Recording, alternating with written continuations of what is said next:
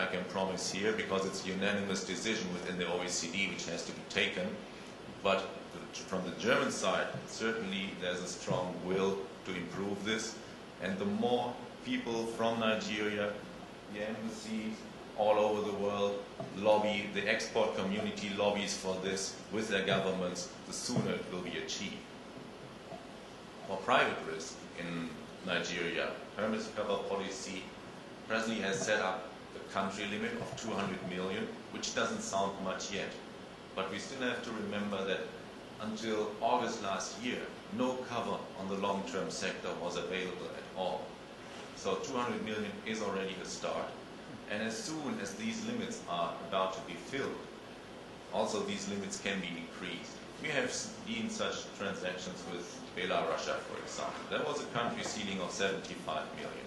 When it was full, a lot of exporters from the German side and banks were lobbying with Berlin, with the ministries in charge, and it was doubled to 150 million. So also here, with the 200 million, this is just the beginning and not the end of the story. Then we talk about a single transaction limit of 20 million euro. That is to a certain extent understandable, because we have huge exporters in Germany, and we have the small and medium-sized enterprises. For a small and medium-sized enterprise, 20 million is already a lot. And the German government wants to allocate these 200 millions to a broad range of exporters to different industries and not put everything into a single project. Besides this, there's always possibilities to consider an ECA-covered true project finance, which is not put on the balance sheet risk of the importer or the importer's bank, or a structured finance in case the Nigerian company is an exporting company generating foreign currency income. Assignment of proceeds from these exports can be used as collateral and taken under an ECA cover. This is much more sophisticated than the basic structure I will outline to you. What I can do today is just give you an idea what is possible, and anything else later has to be done in bilateral talks. That gives you just the right idea where to look for.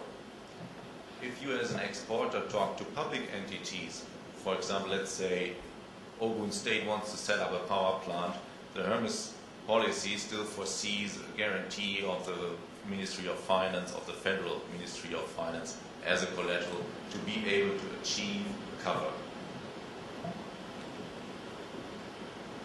So the buyer's credit. What is a buyer's credit? It is the key product of such ECA covered financing. The main features, these buyer's credits are always implemented also under the aspect that the German government wants to support German exports into emerging markets. The interesting part, and this is why we need this ECA cover, is we are talking about project finance, export finance with tenors and repayments over 2 years. You are all, and the Nigerian banks as well, you are all familiar with the trade finance lines in place. You have your letters of credit confirmed. Maybe you also have a refinancing of such letter of credit. That normally ends at a 1-year lifetime. So as a small and medium-sized enterprise in Nigeria, if you want to invest 5 million, 7 million euro, you cannot repay this within 1 year. So you should go for long-term finance with a repayment of maybe 5 years to 7 years. You have a supply time of 1 year, 2 years, and a repayment after that supply time of another 5. So we are talking easily 6, 7, 8 years.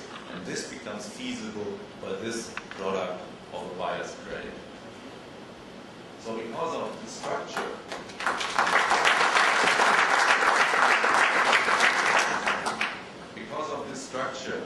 the precondition is it is tied to the export of durable capital goods, machine, plant, equipment, whatever you can imagine. It is also regulated by this OECD arrangement and on officially supported export credit. Before it was just called the OECD consensus. This OECD consensus has the target or the aim to level all the exporting countries' possibilities to support their export. So they have determined certain minimum requirements which need to be met in the commercial transaction between exporter and importer, and also on the financing side. And for the import transaction, the commercial contract, needs to show a 15% down payment, and only 85% of your contract value can be financed on a long-term basis. That's important, and that is again why I ask you, talk to your banks at an early stage, because when you conclude a commercial contract and even a letter of credit is issued already, it's difficult or nearly impossible to then put a long-term financing on top of this existing commercial contracts. So please approach your bankers early when you need this long-term financing. Then it outlines a little bit in repetition. We can finance from multi-level country sourcing. If you have a bigger project and parts of that come from Belgium, parts of it from Germany, there's always a solution which can be found to put this together. One of our customers, he wants to supply from Switzerland. He gets some goods coming in from Germany. It's then put together in Switzerland and supplied to Nigeria. All these things can be managed. So that is again, once more, the typical structure I can see, and maybe I'll step down a little bit to explain a little bit better to you. Down. That doesn't work. So you see there's the relationship between exporter and importer. You have the export contract and the delivery of goods and related services, for example, erection of the plant, putting it into operation. Then you have a loan agreement between your Nigerian bank and Commerce Bank, and the Nigerian bank, your partners like Fidelity or UBA, they can do the on-lending to you. We need this structure because in the earnest policy for the private risk, a Nigerian bank collateral is still foreseen. That might change over time when first experiences are coming in, then direct corporate lending might become possible. But for the time being, we have to stick to this structure involving a Nigerian bank. So they do the on-lending to you, and in repayment, the flow of funds is reversed. A very important aspect here is as well that the disbursement of any loan is done directly from Commerce Bank to the exporter. This is also coming from the OECD consensus, what I mentioned earlier, and the cover policy of the individual ECAs, because they want to make sure that the funds from these loans are really indeed used to settle the bills for the equipment received.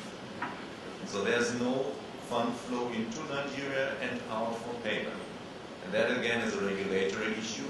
The transactions we have on hand right now, we are discussing this with the Nigerian law firms, with the Nigerian central bank maybe in the future, because it all comes back to paperwork. You all know it, the Form M, the capital importation certificates and stuff like this, and we need to find solutions for this as well.